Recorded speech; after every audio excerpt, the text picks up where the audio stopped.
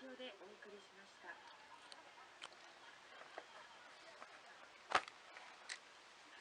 ごちそうさま。今日はその後の話をします。飲み終わった後のことを正しく捨てれば何度でも何度でもよみがえる。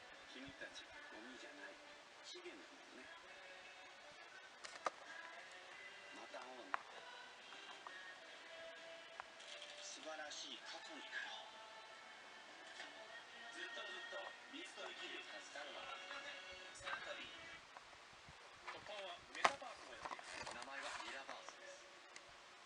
具体的にはどういうことかな。大泉さんからお願いします。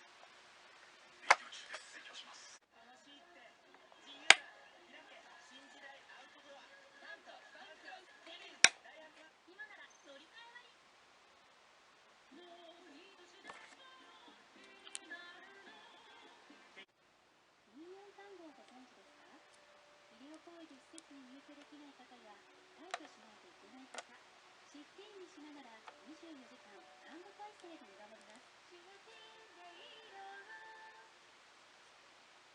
誰も知らないところで頑張っている飛行機申請書が届けばスマホで簡単に申請できる。刺さるな。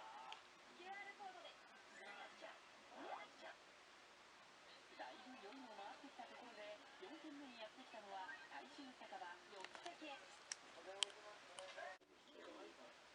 歳ぐらいから1人、ほんで25